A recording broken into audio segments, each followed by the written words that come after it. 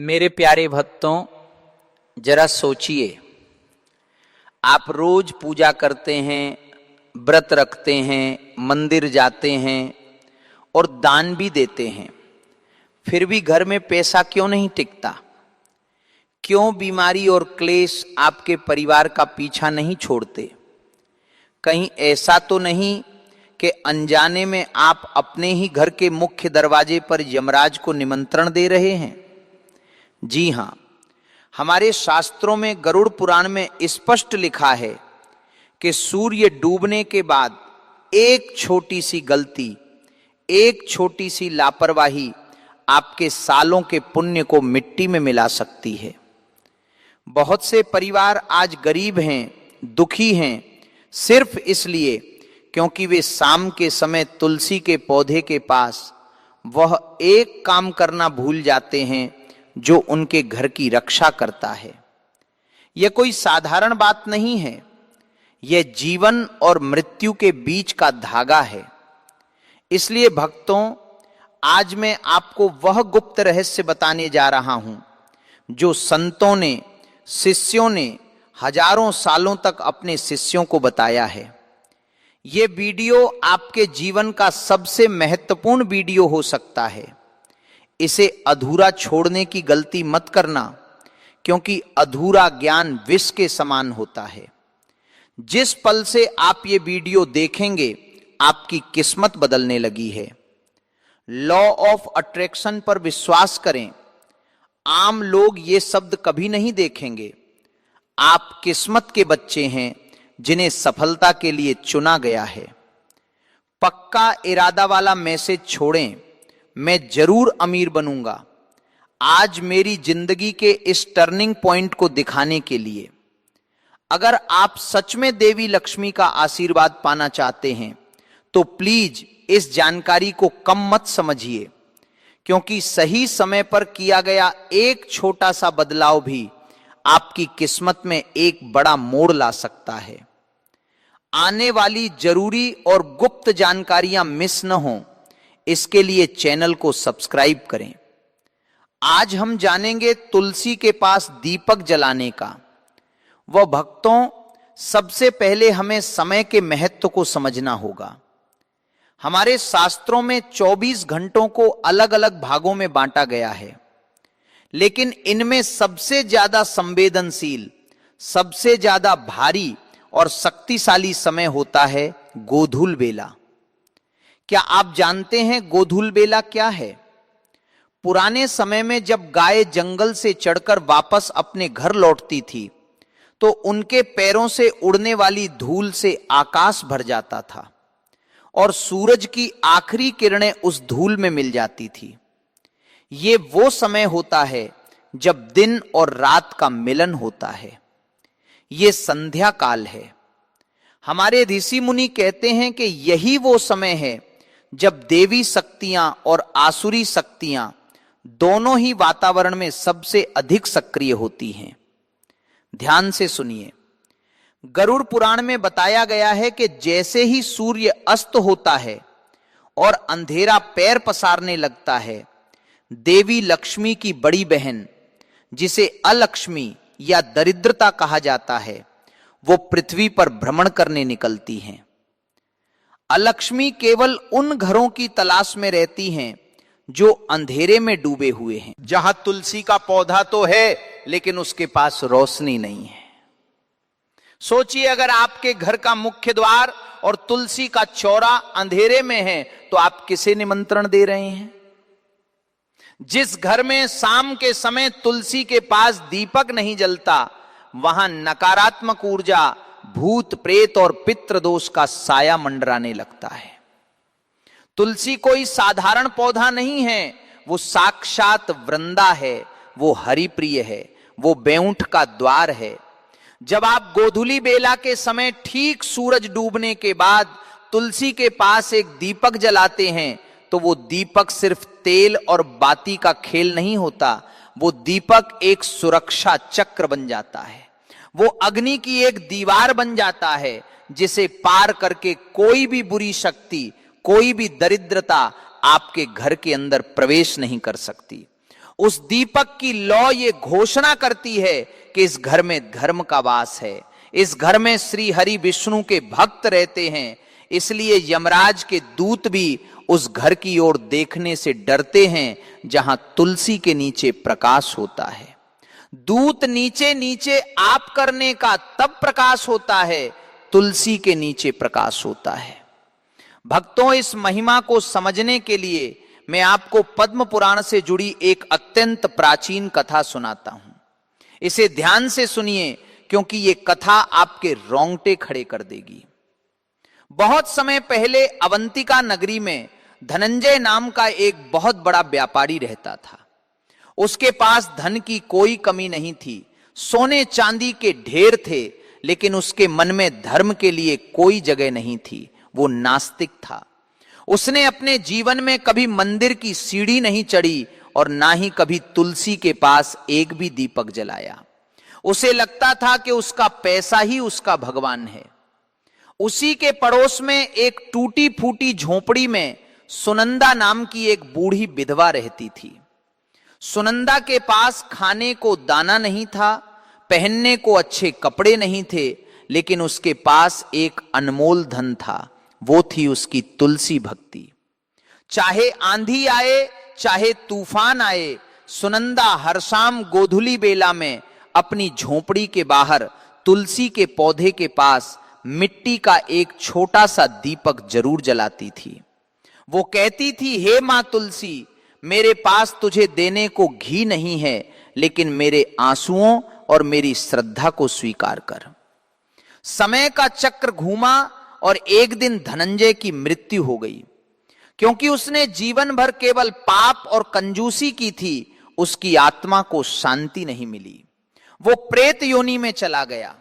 वो एक भयानक प्यासा और भूखा प्रेत बन गया जो अंधेरे में भटकता रहता था। यमराज के दूत उसे रस्सियों से बांधने के लिए उसका पीछा कर रहे थे। वो प्रेत अपनी जान बचाने के लिए भागा और भागते भागते वो उसी रात सुनंदा की झोपड़ी के पास पहुंचा। उस रात घनी अंधेरी अमावस थी।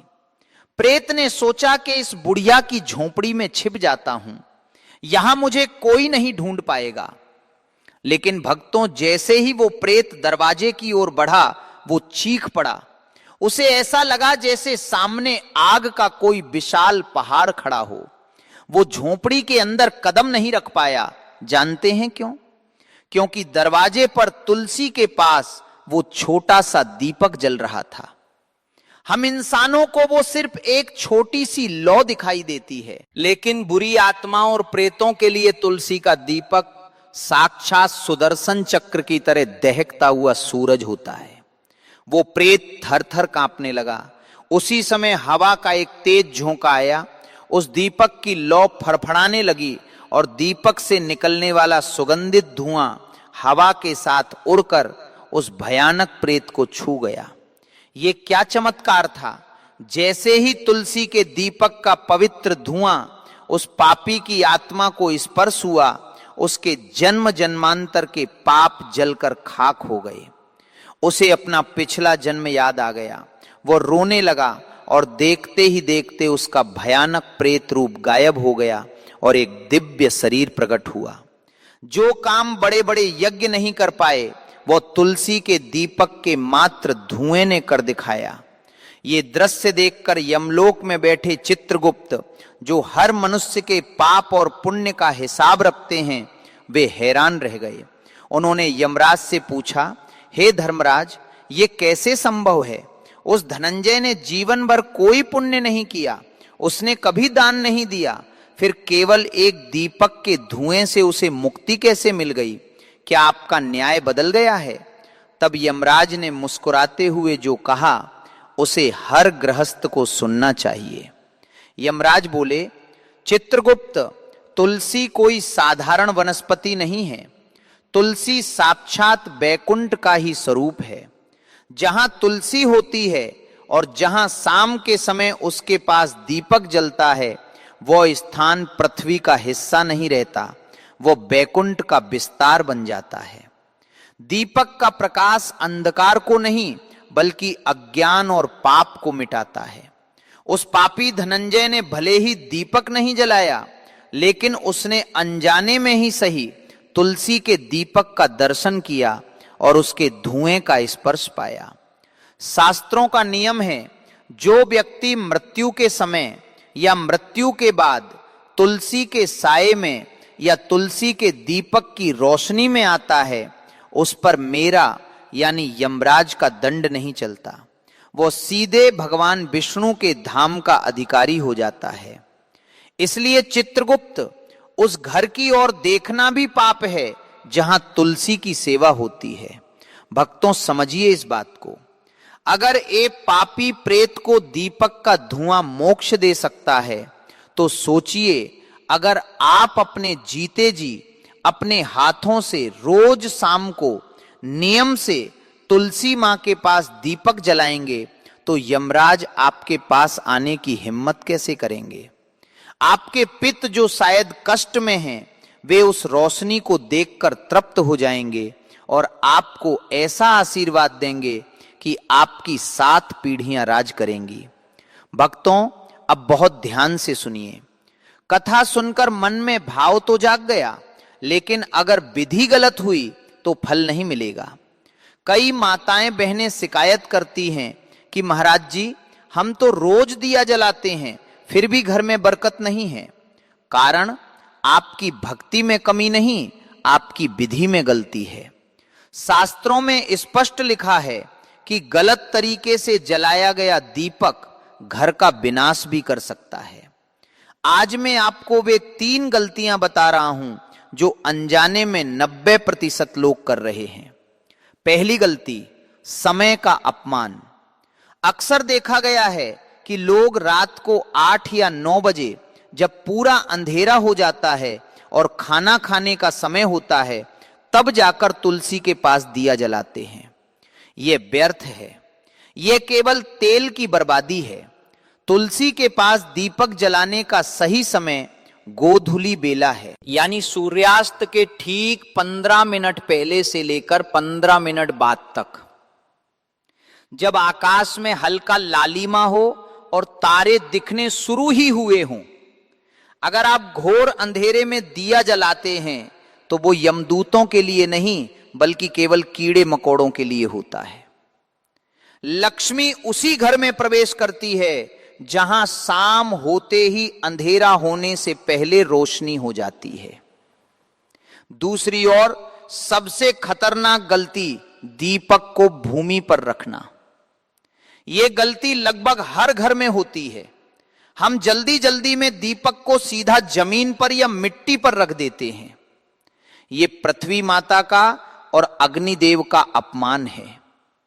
शास्त्र कहता है दीपक को आसन दें। कभी भी दिया सीधा जमीन पर न रखें, उसके नीचे थोड़े से अक्षत चावल रखें या उसे किसी प्लेट में रखें या तुलसी के गमले के किनारे पर, लेकिन सीधा जमीन पर नहीं। और ध्यान रहे, दीपक की लौ की दिशा, दीपक की लौ कभी भी दक्षिण दिशा, साउथ डायरेक्शन की तरफ नहीं होनी चाहिए। दक्षिण दिशा यमराज की है, मृत्यु की है। तुलसी के पास दीपक की लौ हमेशा उत्तर दिशा, नॉर्थ या पूर्व दिशा, ईस्ट की ओर रखें। उत्तर दिशा कुबेर और लक्ष्मी की है, पूर्व दिशा स्वास्थ्य की है। दक्षिण की तरफ लौ केवल श्राद्ध पक्ष में या किसी की मृत्यु पर ही की जाती है। जीवित लोगों के घर में यह दोष पैदा करता है। तीसरी गलती, अपवित्र अवस्था और खुले केस। मेरी माताओं और बहनों, यह बात विशेष रूप से आपके लिए है। अक्सर शाम को काम करते हुए बाल खुले छोड़कर आप दिया जलाने चली जाती हैं। शास्त्रों में खुले बाल शोक और अशुभता का प्रतीक माने गए हैं। खुले बालों के साथ जब आप पवित्र अग्नि प्रज्वलित करती हैं, तो आप अनजाने में देवी या लक्ष्मी को आमंत्रित करती हैं। दिया जलाते समय अपने सिर पर पल्लू रखें या बालों को बांध लें। और एक बात, रविवार के दिन तुलसी के पास दीपक जरूर जलाएं, लेकिन रविवार को तुलसी को छूना वर्जित है। रविवार को तुलसी माता भगवान विष्णु के लिए व्रत रखती हैं। उन्हें स्पर्श करने से उनका व्रत टूट जाता है और घर में पाप लगता है। इसलिए रविवार को दूर से दीपक दिखाएं, स्पर्श न करें। भक्तों, अगर अनजाने में आपसे भी अब तक ये गलतियां हुई हैं तो घबराएं नहीं, भगवान भाव के भूखे हैं। आज ही इस वीडियो को लाइक करके अपना प्रायश्चित करें और कसम खाएं कि अब से आप सही विधि अपनाएंगे। नीचे कमेंट बॉक्स में जय मां तुलसी लिखकर अपनी हाजिरी लगाएं ताकि माता रानी आपकी भूल क्षमा कर दें। और ऐसे ही धर्म के गुप्त रहस्य जानने के लिए अभी चैनल को सब्सक्राइब कर लें। भक्तों, अब अपने हृदय और मन को एकाग्र कर लें।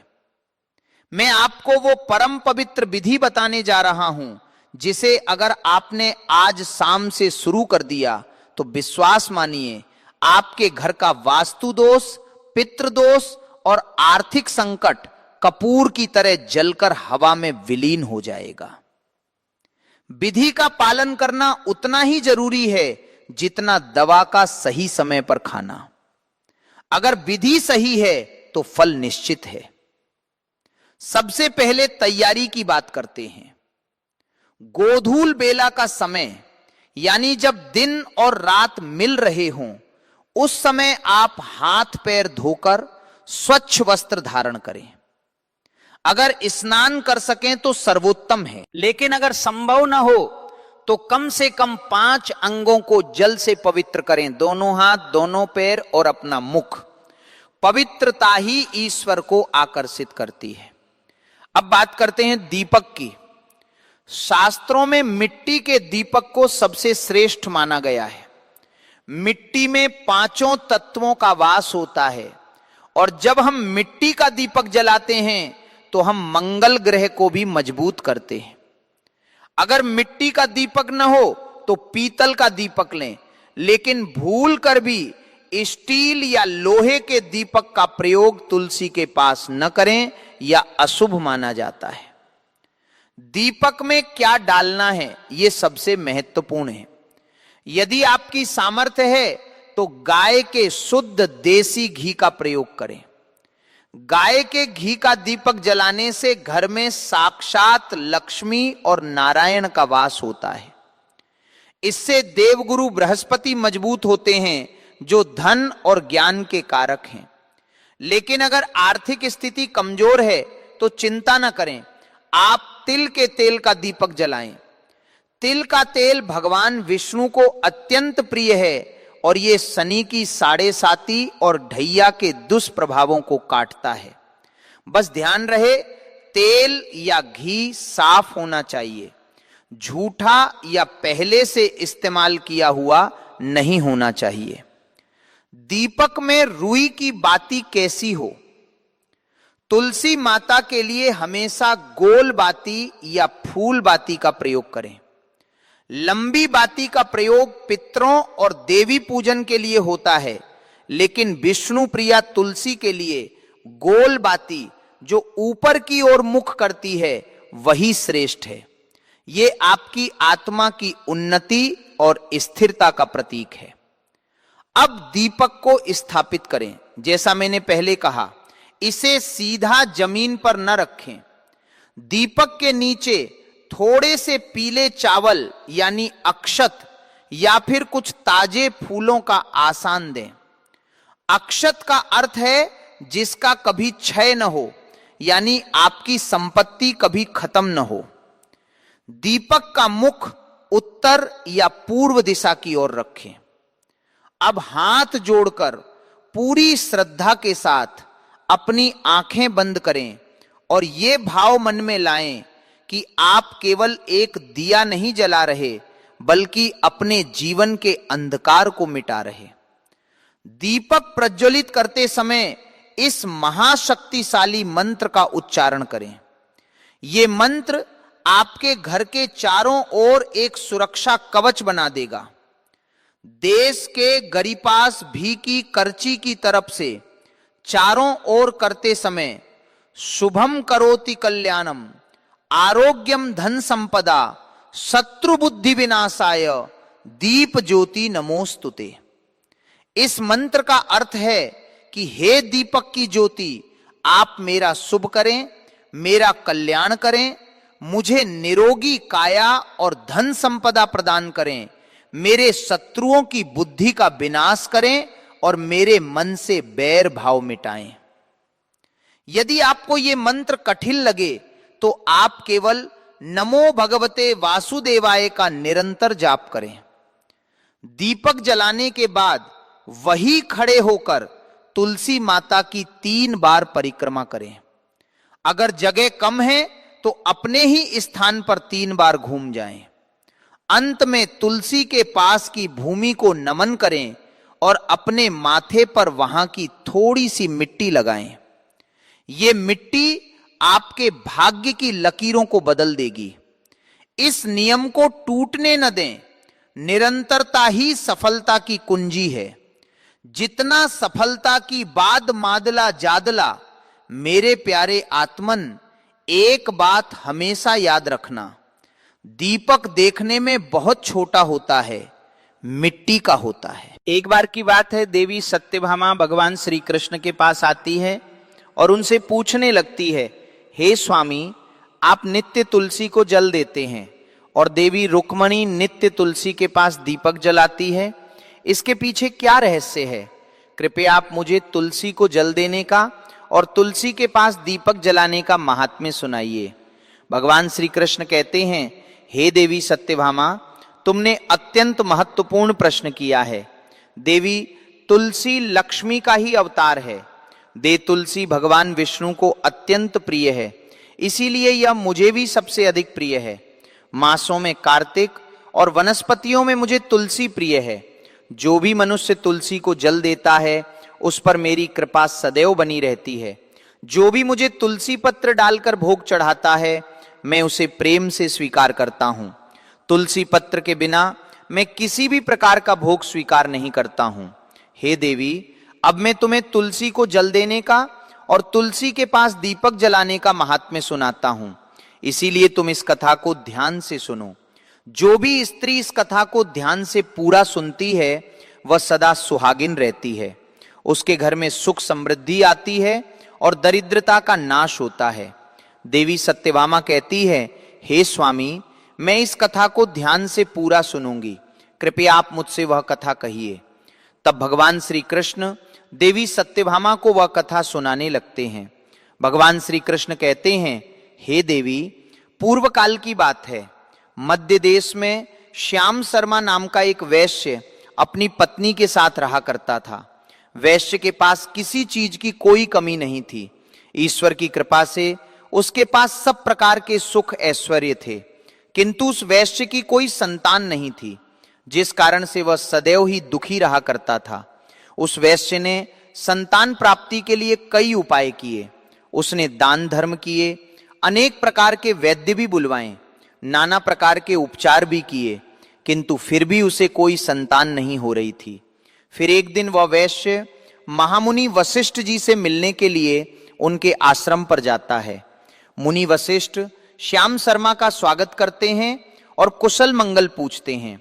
तब वह श्याम शर्मा मुनि वशिष्ठ जी से कहता है, हे मुनिवर, मैं अत्यंत दुखी हूं, मेरी कोई संतान नहीं है और संतान के बिना मेरा उद्धार कैसे होगा। मैंने संतान प्राप्ति के लिए अनेक उपाय भी किए, किंतु मुझे संतान नहीं हो रही है। कृपया आप ही बताइए कि मुझे किस कारण से पुत्र की प्राप्ति नहीं हो रही है। क्या मुझसे जाने अनजाने में कोई पाप हुआ है? तब मुनि वशिष्ठ जी अपनी दिव्य दृष्टि से श्याम शर्मा के पूर्व जन्म के बारे में जान लेते हैं। वशिष्ठ जी कहते हैं, हे वत्स, पिछले जन्म में तुम्हारे द्वारा घोर पाप हो गया था, उसी कारण से तुम्हें इस जन्म में संतान सुख प्राप्त नहीं हो रहा है। श्याम शर्मा कहता है, हे मुनिवर, कृपया मुझे बताइए, पिछले जन्म में मुझसे कौन सा पाप हुआ था और उस पाप से मुक्त होने के लिए मुझे कौन सा उपाय करना चाहिए। वशिष्ठ जी कहते हैं, हे वत्स, पिछले जन्म में तुमने जो अपराध किया था उसके विषय में सुनो। पिछले जन्म में तुम एक अहंकारी वैश्य थे, तुम्हारा जन्म धनवान कुटुंब में हुआ था। तुमने पिछले जन्म में एक गाय को अत्यंत दुख दिया था। एक दिन एक गाय भूख और प्यास से व्याकुल होकर तुम्हारे द्वार पर आई थी, किंतु तुमने उस गाय को न रोटी खिलाई, न चारा खिलाया और न ही उसे जलपान कराया। तुमने बड़ी ही निर्दयता से उस गाय को अपमानित करके घर से निकाल दिया। उस गाय ने अभी अभी बछड़े को जन्म दिया हुआ था और भूख से व्याकुल होने के कारण वह गाय वहीं पर मूर्छित होकर गिर पड़ी और उस दिन वह अपने बछड़े को दूध नहीं पिला पाई, इसीलिए उसी ने तुम्हें श्राप दे दिया था। उसी गाय के श्राप के कारण तुम्हारी ऐसी दुर्दशा हुई है। उस गाय के श्राप के कारण तुम्हें इस जन्म में संतान नहीं हो रही है। वशिष्ठ जी की बात सुनकर उस श्याम शर्मा को बड़ा दुख हुआ और वह स्वयं को कोसते हुए कहने लगा, हाय, यह मैंने क्या किया? एक बेचारी दुखी गौ माता की सेवा नहीं की मैंने, बहुत बड़ा अपराध किया है और उसी का दंड मुझे भोगना पड़ रहा है। श्याम शर्मा वश जी से कहता है, हे मुनिवर, मुझसे बहुत बड़ा अपराध हुआ है। अब मैं इस पाप का प्रायश्चित कैसे करूं? कृपया आप ही मुझे मार्गदर्शन कीजिए। मैंने जो पाप किया है उससे मुक्ति का कोई तो उपाय अवश्य होगा। मैं अपना सब कुछ देकर उस पाप का प्रायश्चित करूंगा। कृपया आप ही कोई उपाय बताइए। मुझे संतान प्राप्ति कैसे हो सकती है? क्योंकि शास्त्र कहते हैं पुत्र के बिना मनुष्य का उद्धार नहीं हो सकता। तब मुनि वशिष्ठ कहते हैं, हे वत्स, इस पाप का एक ही उपाय है। तुम पुत्र प्राप्ति के लिए पुत्रे यज्ञ करो। इसी यज्ञ के फल स्वरूप तुम्हें संतान की प्राप्ति होगी। इस यज्ञ को संपन्न करके तुम ब्राह्मणों को भोजन कराओ, वस्त्र और गाय का दान करो, तभी तुम्हें इस पाप से मुक्ति मिलेगी। तब श्याम शर्मा वशिष्ठ जी को धन्यवाद देते हुए कहता है, हे मुनिवर, आपका कोटि कोटि धन्यवाद। मैं आपके कहे अनुसार अवश्य ही पुत्रे यज्ञ करूंगा और ब्राह्मणों को गायों का दान करूंगा। इतना कहकर वह श्याम शर्मा शीघ्रता से अपने घर पर लौट आता है और अपनी पत्नी को सारी हकीकत सुनाता है। फिर वे दोनों ही पुत्रे यज्ञ की तैयारी करते हैं। अनेक ऋषि मुनियों को निमंत्रण देकर वह श्याम शर्मा पुत्रेटी यज्ञ संपन्न करता है और उन ऋषि मुनियों तथा ब्राह्मणों को गाय का दान करता है। यज्ञ के संपन्न होने के पश्चात यज्ञ की अग्नि से अग्निदेव प्रकट होते हैं और उस श्याम शर्मा से कहते हैं, हे श्याम शर्मा, आज तुम्हारा यज्ञ सफल हुआ है। तुमने पुत्र प्राप्ति के लिए यह यज्ञ किया था, इसीलिए तुम्हें मेरी कृपा से एक पुत्र की प्राप्ति होगी। किंतु तुम्हारे पुत्र की आयु केवल 18 वर्ष की ही होगी और 18 वर्ष समाप्त हो जाने के पश्चात तुम्हारे पुत्र की मृत्यु हो जाएगी। इतना कहकर अग्निदेव अंतर ध्यान हो जाते हैं। पुत्रे यज्ञ करके और अग्निदेव से पुत्र का वरदान प्राप्त करके वह श्याम शर्मा बहुत प्रसन्न तो हुआ, किंतु उसे बड़ा दुख भी हुआ। श्याम शर्मा ने सोचा, पुत्र न होने से अच्छा है कम आयु वाला पुत्र ही ठीक है। फिर वह पहले की तरह अपने कार्य में लगा रहा। कुछ ही दिनों के पश्चात उसकी पत्नी ने गर्भ धारण किया।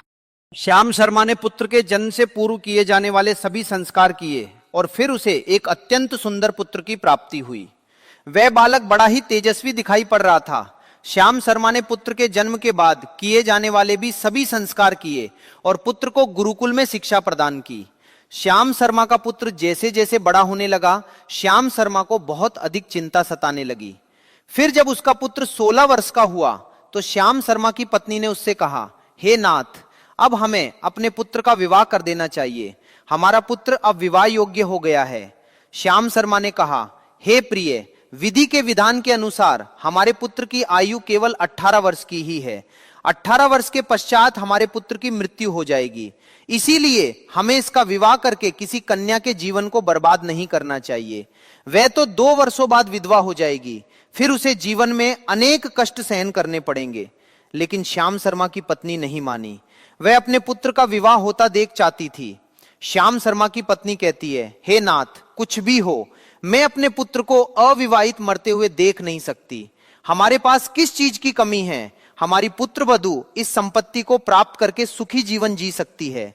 इसीलिए अब आप संकोच ना करें और हमारे पुत्र के लिए सुंदर कन्या की खोज करें। अपनी पत्नी के हट के आगे श्याम शर्मा की एक ना चली और फिर वह पुत्र के विवाह के लिए मान गया। फिर उसने पास ही के नगर में रहने वाले एक अत्यंत गरीब वेश्य की पुत्री के साथ अपने पुत्र का विवाह संपन्न किया। श्याम शर्मा की बहू का नाम सुभद्रा था।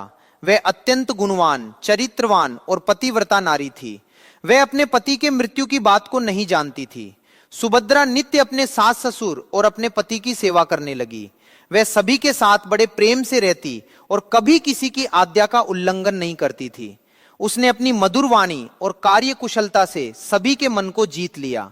इस प्रकार से 2 साल बीत गए और फिर वह समय निकट आ गया जब श्याम शर्मा के पुत्र की मृत्यु होने वाली थी। श्याम शर्मा को बड़ा भय लगने लगा। फिर एक दिन उसने अपनी बहू को बुलाया और उससे क्षमा मांगते हुए कहने लगा, हे बहू, तुम मुझे क्षमा कर देना, मैंने तुम्हारे साथ बड़ा अन्याय किया है। सुभद्रा ने कहा, हे ससुर जी, आप ऐसा क्यों कह रहे हैं? आप मुझे क्षमा मांग, लज्जित ना कीजिए। मैं आपसे छोटी हूं, आपकी पुत्री के समान हूं। कृपया आप संकोच ना करते हुए आपके मन में जो भी बात है वह कहिए। मैं आपकी आज्ञा का पालन अवश्य करूंगी। फिर श्याम शर्मा कहने लगा, हे पुत्री, तुम कल्याणी हो, तुम एक महान पतिव्रता हो, किंतु मेरे पुत्र के साथ तुम्हारा विवाह होने से पूर्व मैंने तुमसे एक बात छिपाई है। हमें पुत्र की प्राप्ति पुत्र यज्ञ करने के बाद हुई थी और अग्निदेव ने हमें यह कहते हुए पुत्र प्राप्ति का आशीर्वाद दिया था कि हमारे पुत्र की आयु केवल 18 वर्ष की होगी। 18 वर्ष के बाद हमारे पुत्र की मृत्यु हो जाएगी। अपने ससुर की बात सुनकर सुभद्रा ने कहा, हे ससुर जी, बस इतनी सी बात आप चिंता ना कीजिए। मैं आपको वचन देती हूं कि आपकी पुत्र वधू मैं कभी विधवा नहीं होगी। आपके पुत्र के प्राणों की रक्षा मैं करूंगी। आप बस मुझे एक दीपक जल का घड़ा और एक गाय लाकर दीजिए। मेरे पति के प्राणों की रक्षा इन्हीं से होगी। सुभद्रा की बात सुनकर श्याम शर्मा को बड़ा आनंद हुआ और वो कहने लगा, हे बहू, जैसी तुम्हारी इच्छा, मैं तुम्हें वो सब चीजें लाकर देता हूं। इतना कहकर श्याम शर्मा ने अपनी बहू को वो तीनों चीजें लाकर दी। फिर जब वो दिन निकट आ गया जिस दिन सुभद्रा के पति की मृत्यु होने वाली थी, उस दिन सुभद्रा ने सुबह उठते ही तुलसी को जल चढ़ाया और उसे प्रणाम करते हुए तुलसी के पौधे पर एक चुनरी बांध दी और तुलसी माता से प्रार्थना की, हे तुलसी माँ, मैं आपको चुनरी चढ़ा रही हूं, कृपया अब तुम ही मेरे सुहाग की रक्षा करना। फिर सुबह के समय यमराज का एक दूत श्याम शर्मा के पुत्र के प्राण लेने के लिए उसके घर पर आ गया। जैसे ही वो घर में प्रवेश करने लगा तब तुलसी के पौधे ने उसे रोक दिया और कहा, हे यमदूत, इस घर में निवास करने वाली स्त्री ने मुझे चुनरी चढ़ाई है और इसीलिए अब इसके सुहाग की रक्षा मैं कर रही हूं। तुम इसके घर में प्रवेश नहीं कर सकते। इतना कहकर तुलसी ने यमराज के उस दूत को घर में जाने से रोक दिया। वह दूत भयभीत होकर सुभद्रा के पति के प्राण लिए बगैर ही यमपुरी लौट गया। यमपुरी में जाकर उसने यमराज से कहा, हे धर्मराज, मैं धरती लोक पर एक पुरुष के प्राण लेने के लिए गया था, किंतु तुलसी के पौधे ने मेरा रास्ता रोका। उस तुलसी के पौधे के कारण मैं घर में प्रवेश नहीं कर पा रहा हूं। इस बात पर यमराज को बड़ा क्रोध आ गया। फिर उन्होंने अन्य 2 दूतों को बुलाया और कहा, हे दूतों, तुम अब शाम के समय सुभद्रा के घर पर जाओ। जब तुलसी का पौधा सो रहा होगा तुम उसके पति के प्राण लेकर यमलोक आ जाओ। फिर शाम के समय यमराज के 2 दूत सुभद्रा के घर की ओर निकल पड़े। सुभद्रा ने शाम होते ही तुलसी के पास एक दीपक जला दिया और उससे प्रार्थना की, हे दीपक, अब तुम ही मेरे पति के प्राणों की रक्षा करो। यम के दूत मेरे पति के प्राण लेने के लिए आ रहे हैं। फिर शाम हो गई, तुलसी का पौधा सो गया और यमराज के 2 दूत सुभद्रा के घर के सामने आकर खड़े हो गए और सोचने लगे, अब तो इस मनुष्य के प्राण लेकर ही हम यमपुरी लौटेंगे। जैसे ही यम के दूत सुभद्रा के घर में प्रवेश करने लगे, तब तुलसी के पास लगाए हुए दीपक ने उनका रास्ता रोक दिया और कहा, हे दूतों, तुम अब इस सुभद्रा के पति के प्राण नहीं ले जा सकते। उस स्त्री ने मुझे प्रज्वलित करके उसके पति के प्राणों की रक्षा करने की प्रार्थना की है, इसीलिए अब मैं उसके पति के प्राणों की रक्षा कर रहा हूं। इसीलिए तुम आज उसके पति के प्राण नहीं ले जा सकते, तुम यहीं से लौट जाओ, नहीं तो मैं सब कुछ जलाकर भस्म कर दूंगा और मेरी अग्नि में तुम दोनों भी जलकर भस्म हो जाओगे। उस दीपक की बात सुनकर यमराज के दोनों दूत अत्यंत भयभीत हो गए और फिर से लौटकर यमराज के पास चले गए। वहां पर जाकर उन्होंने यमराज को सारा वृतांत सुनाते हुए कहा, हे धर्मराज, आपकी आज्ञा का पालन करते हुए हम दोनों शाम के समय उस पुरुष के प्राण लेने के लिए गए थे, किंतु तुलसी के पास लगाए हुए दीपक ने हमारा रास्ता रोक दिया, इसीलिए हम खाली हाथ ही लौट आए हैं। यह सुनकर यमराज को बड़ा क्रोध आ गया। फिर उन्होंने अन्य 4 दूतों को बुलाया और कहा, हे दूतों, अब तुम सुबह उस सुभद्रा के जागने से पहले जाओ और उसके पति के प्राण लेकर आ जाओ। यमराज की आज्ञा पाकर वे यम के दूत सुबह सुभद्रा के घर की तरफ जाने लगे, लेकिन इधर सुभद्रा ने रात को ही घर के दरवाजे के सामने जल से भरा हुआ लोटा रख दिया और उससे प्रार्थना की, हे जल देवता, अब आप ही मेरे पति की रक्षा कीजिए। यम के 2 दूत मेरे पति के प्राण लेने के लिए आ रहे हैं, अब आप ही मेरे सुहाग की रक्षा कर सकते हैं। इतना कहकर वो सुभद्रा सोने के लिए चली गई। इधर यम के दूत सुबह सुभद्रा के जागने से पहले ही उसके घर पर पहुंच गए। जैसे ही वे घर के अंदर प्रवेश करने लगे, तब उस लोटे के अंदर भरे हुए जल ने कहा, हे दूतों, रुक जाओ, अब तुम इस घर में प्रवेश नहीं कर सकते, यह घर अब मेरी सुरक्षा में है। मैं सुभद्रा के पति के प्राण तुम्हें लेकर जाने नहीं दूंगा। अगर तुमने इस घर में प्रवेश किया तो मैं नरक की अग्नि को बुझा दूंगा, जिसमें सारा नरक लोक डूब जाएगा। ये सुनकर यमराज के वे 4 दूत घबरा गए और एक दूसरे की तरफ देखकर उस स्थान से भाग गए।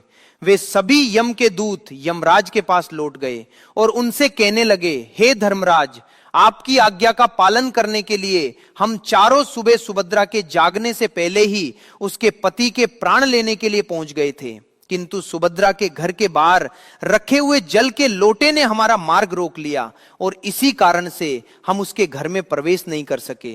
अब राज को बहुत ही अधिक क्रोध आ गया।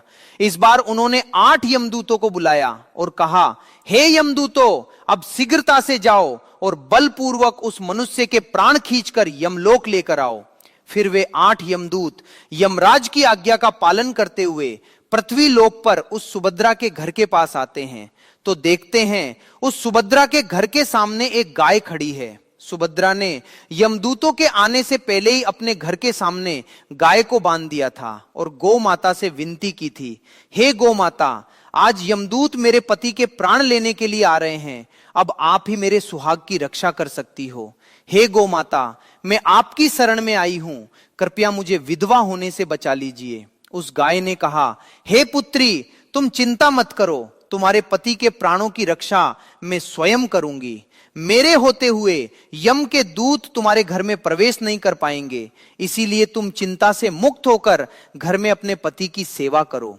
फिर जैसे ही वे यमदूत घर के अंदर प्रवेश करने के लिए आगे बढ़ते हैं, तब वो गाय उन्हें रोक देती है और कहती है, हे यमदूतों, तुम यहीं से लौट जाओ, इस घर में तुम लोग प्रवेश नहीं कर सकते, इस घर की रक्षा मैं कर रही हूं, मेरे रहते कोई भी इस घर के अंदर प्रवेश नहीं कर सकता।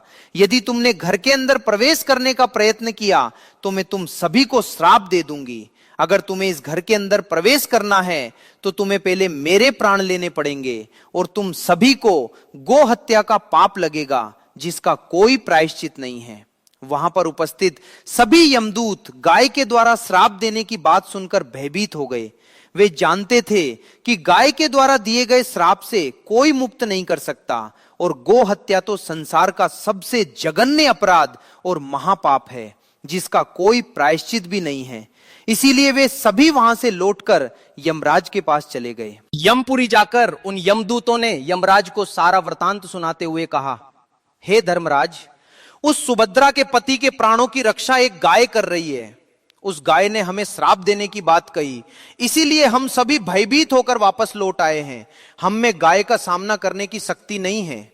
उन यमदूतों की बात सुनकर यमराज आग बबूला हो गए और स्वयं भैंसे पर सवार होकर पृथ्वी लोक की ओर निकल पड़े। यमराज अपने भैंसे पर सवार होकर उस सुभद्रा के घर के पास चले आते हैं। यमराज को अपने घर के सामने खड़ा हुआ देखकर सुभद्रा भयभीत हो जाती है और जल्दी से आकर यमराज के चरण स्पर्श करके उन्हें नमस्कार करती है और उनकी स्तुति करने लगती है। हे सूर्य तन्य यमराज, आप तो तीनों लोकों के प्राणियों पर कृपा करने वाले महान देवता है। इस संसार के समस्त प्राणियों के पाप और पुण्य का लेखा जोखा आप अपने पास रखते हैं। हे न्याय के देव धर्मराज, मैं सत्य धर्म का पालन करने वाली पतिव्रता स्त्री हूं। मैं आपको बारंबार नमस्कार करती हूं, कृपया मुझे आशीर्वाद दीजिए। सुभद्रा के द्वारा की गई स्तुति से यमराज अत्यंत प्रसन्न होते हैं और उसे अनजाने में ही सदा सुहागिन रहो ऐसा कहकर आशीर्वाद देते हैं। फिर जब यमराज सुभद्रा के पति के प्राण ले जाने के लिए आगे बढ़ते हैं तो सुभद्रा कहती है, हे धर्मराज, आपने अभी मुझे सदा सुहागिन रहने का आशीर्वाद दिया और अब आप मेरे पति के प्राण लेने जा रहे हैं। इससे तो आपका आशीर्वाद झूठा साबित हो जाएगा। यह सुनकर धर्मराज रुक जाते हैं और सुभद्रा की ओर देखकर मुस्कुराने लगते हैं। सुभद्रा के निर्मल हृदय और अपने पति के प्रति समर्पण भाव को देखकर यमराज अत्यंत प्रसन्न होते हैं। सुभद्रा की ओर देखकर यमराज कहते हैं, हे पुत्री, आज तुमने साक्षात मृत्यु को ही पराजित किया है। मैं तुम्हारे पतिव्रता धर्म से अत्यंत प्रसन्न हूं। अब मैं तुम्हारे पति के प्राण बक देता हूं। तुम्हारी जो भी मनोकामना है वो मुझसे मांग लो। तब सुभद्रा ने कहा, हे धर्मराज, मैं अपने पति के लिए 100 वर्ष की आयु मांगती हूं। मेरे लिए मेरे पति ही परमेश्वर है। मैं अपने पति को छोड़कर जीवित नहीं रह सकती, इसीलिए आप मुझे यही वरदान दीजिए। तब यमराज प्रसन्न होकर कहते हैं, तथास्तु। हे कल्याणी, आज से जो भी स्त्री अपने घर के सामने तुलसी का पौधा लगाती है, तुलसी के पास शाम को दीपक जलाती है, जिस घर के सामने गाय बंधी होती है और जो स्त्री अपने घर के सामने जल का लोटा रखती है, उसके घर में कभी मेरे दूत प्रवेश नहीं करेंगे। इतना कहकर यमराज उस स्थान से अंतर्ध्यान हो जाते हैं। भगवान श्री कृष्ण कहते हैं, हे देवी, इस प्रकार से उस सुभद्रा ने अपने पतिव्रता धर्म का पालन करके उसकी मृत्यु को टाल दिया था। इसीलिए जो भी स्त्री अपने घर के सामने तुलसी का पौधा लगाती है, रोज शाम को तुलसी के पास दीपक जलाती है, उसके घर में मृत्यु प्रवेश नहीं करती है। जिस घर के सामने गाय बंधी होती है, उस घर में कभी दुख दरिद्रता नहीं आती है। जो स्त्री अपने घर के सामने जल से भरा हुआ लोटा रखती है, उसके घर में कभी शोक नहीं होता है। तो दोस्तों, इस प्रकार से भगवान श्री कृष्ण ने देवी सत्यभामा को तुलसी के पास दीपक जलाने का महत्व सुनाया है। आप सभी का धन्यवाद। इस दिन 20 मिनट का गायत्री मंत्र जप जरूर करना चाहिए। दोस्तों, सनातन हिंदू धर्म में तुलसी के पौधे का महत्व सबसे अधिक है। इसकी सबसे पहले पूजा भगवान विष्णु जी ने की थी। श्री हरि कहते हैं, जिस प्रकार देवी लक्ष्मी से वैकुंठ को ऐश्वर्य प्राप्त है, उसी प्रकार वैकुंठ में तुलसी के कारण ही पवित्रता प्राप्त है। पृथ्वी लोक पर जिस स्थान पर भी तुलसी का पौधा होगा, उस स्थान पर कभी बुराई का वास नहीं होगा। ऐसा स्थान सबसे अधिक पवित्र होगा। इसी कारण से हमें हमारे घर में तुलसी का पौधा अवश्य ही लगाना चाहिए। तुलसी के पास दीपक जलाने से क्या होता है, आइए जानते हैं इस प्राचीन महान कथा के माध्यम से, जो भगवान श्री कृष्ण ने देवी सत्यभामा को सुनाई है। दोस्तों, एक समय की बात है, देवी सत्यभामा भगवान श्री कृष्ण के पास आकर उनसे पूछने लगी, हे स्वामी, आपने मुझे तुलसी के पौधे को जल देने का महात्म सुना दिया है, लेकिन तुलसी के पास दीपक जलाने का क्या महात्म्य है? रोज शाम को तुलसी के पास दीपक क्यों जलाया जाता है? इससे मनुष्य को कौन सा फल प्राप्त होता है? तुलसी के पास दीपक जलाने की विधि क्या है तथा दीपक लगाते समय कौन से मंत्र का उच्चारण करना चाहिए? कृपया आप मुझे विस्तार से बताइए। भगवान श्री कृष्ण कहते हैं, हे देवी, आज तुमने समस्त संसार के कल्याण की भावना से बहुत ही उत्तम प्रश्न किया है। तुम्हारे इस प्रश्न का उत्तर देने से पूर्व मैं तुम्हें एक प्राचीन इतिहास सुनाता हूँ, जिससे तुम्हें तुम्हारे सभी प्रश्नों के उत्तर मिल जाएंगे। शाम को तुलसी के पास दीपक जलाने से जो फल मिलता है उसी का वर्णन मैं इस कथा में करूंगा, इसीलिए तुम इस कथा को ध्यान पूर्वक सुनना। इस कथा को ध्यान से पूरा सुनने मात्र से ही मनुष्य को 100 वर्षों तक तुलसी के पास दीपक जलाने का पुण्य प्राप्त होता है। देवी सत्यभामा कहती है, हे प्रभु, मैं कथा को सुनने के लिए उत्सुक हूँ, कृपया आप इस कथा को मुझे सुनाइए। मैं इस कथा को ध्यान पूर्वक सुनूंगी। तब भगवान श्री कृष्ण देवी सत्यभामा को वह कथा सुनाने लगते हैं। हे देवी, पूर्व काल की बात है। दक्षिण दिशा में तुंगभद्रा नाम की एक बहुत बड़ी नदी है। उसी नदी के किनारे हरिहरपुर नाम का एक अत्यंत सुंदर नगर बसा हुआ है। उसी नगर में हरि दीक्षित नाम के एक ब्राह्मण निवास करते थे। वे अत्यंत गुणवान, चरित्रवान, धर्म कार्य करने वाले तथा वेदों के मार्ग पर चलने वाले थे। उन्होंने समस्त शास्त्रों का अध्ययन किया हुआ था। उसी ब्राह्मण की एक पत्नी थी जिसे लोग दुराचार कहकर पुकारते थे, क्योंकि उसके कर्म ही उसके नाम के अनुसार थे। वह सदैव ही अपने पति को अपमानित करती थी, अपने पति के लिए कुवाच्य कहती थी, पति को भयंकर दुख देती थी, पति के लिए कभी भोजन नहीं बनाती थी। उसने अपने पति के साथ कभी शयन नहीं किया, कभी उसके साथ प्रेम से व्यवहार नहीं किया। पति के मित्र और परिवार के लोग घर पर आते तो वो स्त्री उनको अपमानित करके भगा देती थी और स्वयं काम भाव से उन्मत्त होकर निरंतर अन्य व्यभिचारिणी स्त्रियों के साथ घूमती रहती थी। उसका मन पति को छोड़कर पराये पुरुषों में लगा रहता था।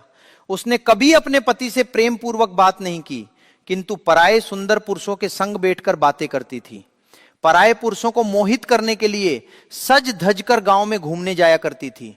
कभी वह वन में किसी वृक्ष के नीचे खड़ी रहकर सुंदर पुरुषों की राह देखती और किसी दुष्ट पुरुष को मोहित करके उसके संग भोग विलास किया करती थी।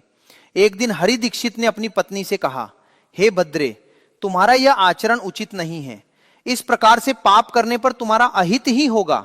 इसीलिए तुम अभी से ये सब बुरे काम करना छोड़ दो। तुम्हारे इस प्रकार के व्यवहार से मुझे बड़ा दुख हो रहा है। तब उस दुराचार स्त्री ने कहा, न जाने किस पाप के कारण मेरा तुझ जैसे भिखमंगे के साथ विवाह हुआ है। लगता है पिछले जन्म में मैंने पाप ही किए होंगे, इसी कारण से मुझे ऐसा गरीब पति मिला है। तू मेरी कोई भी इच्छा को पूर्ण नहीं कर सकता। मुझे विवशता के कारण तेरी इस झोपड़ी में रहना पड़ता है, भिक्षा मिलाया हुआ भोजन खाना पड़ता है। अब और अधिक मैं इस कष्ट को सहन नहीं करने वाली। किसी दिन मैं तुझे छोड़कर अवश्य चली जाऊंगी। तेरे साथ रहूंगी तो इस जन्म में भी मेरे द्वारा पाप ही होंगे। इसीलिए अब मैं किसी अन्य धनवान पुरुष से विवाह करूंगी। हरि दीक्षित ने अपनी पत्नी से कहा, हे प्रिय, तुम इस प्रकार के अपशब्द न कहो। इस प्रकार से अपने पति को त्यागने का विचार मन से छोड़ दो। जो स्त्री अपने पति को त्याग कर पराये पुरुष के पास जाती है उसका अहित ही होता है, उसे नरक में जाना पड़ता है। उस दुराचारी पत्नी ने कहा, नरक में तुम्हें जाना पड़ेगा क्योंकि तुम कोई काम धंधा तो करते नहीं, भीख मांगकर खाते हो और मुझे भी झूठ खिलाते हो। पत्नी को दुखी और असंतुष्ट रखने वाला पति भी नरक में ही जाता है और तुम्हारा घर कोई नरक की सजा से कम नहीं है। तुम्हारे साथ इस घर में रहने से अच्छा है मैं नरक में जाकर रहूं। इस प्रकार उस हरि दीक्षित की पत्नी ने अनेक प्रकार के कटु वचनों से अपने पति का अनादर किया और उसे अपमानित किया। श्री कृष्ण कहते हैं, हे देवी, जो स्त्री अपने पति का अनादर करती है, जो अपने पति का अपमान करती है, उसके घर में दुर्भाग्य ही आता है। पति को छोड़कर पराये पुरुष के पास जाने वाली स्त्री को नरक में दंड अवश्य ही भोगना पड़ता है। अब आगे सुनो, उस दुराचार स्त्री के साथ क्या होता है। एक दिन वह दुराचार स्त्री वन में जाकर एक वृक्ष के नीचे खड़ी हो गई। उसका चित्त काम से भरा हुआ था। वह किसी सुंदर कामी पुरुष की राह देख रही थी, किंतु बहुत समय बीतने के बाद भी उस स्थान पर कोई पुरुष नहीं आया। इसीलिए वह अत्यंत दुखी हो गई और प्रियतम की खोज में इधर उधर देखने लगी। उस दिन उसका सारा परिश्रम व्यर्थ हो गया। वह वहां खड़ी होकर वह नाना प्रकार की बातें कहकर विलाप करने लगी। हाय हाय, आज तो इस मार्ग से कोई भी सुंदर पुरुष नहीं आया। अब मैं कैसे अपनी काम शांति करूं?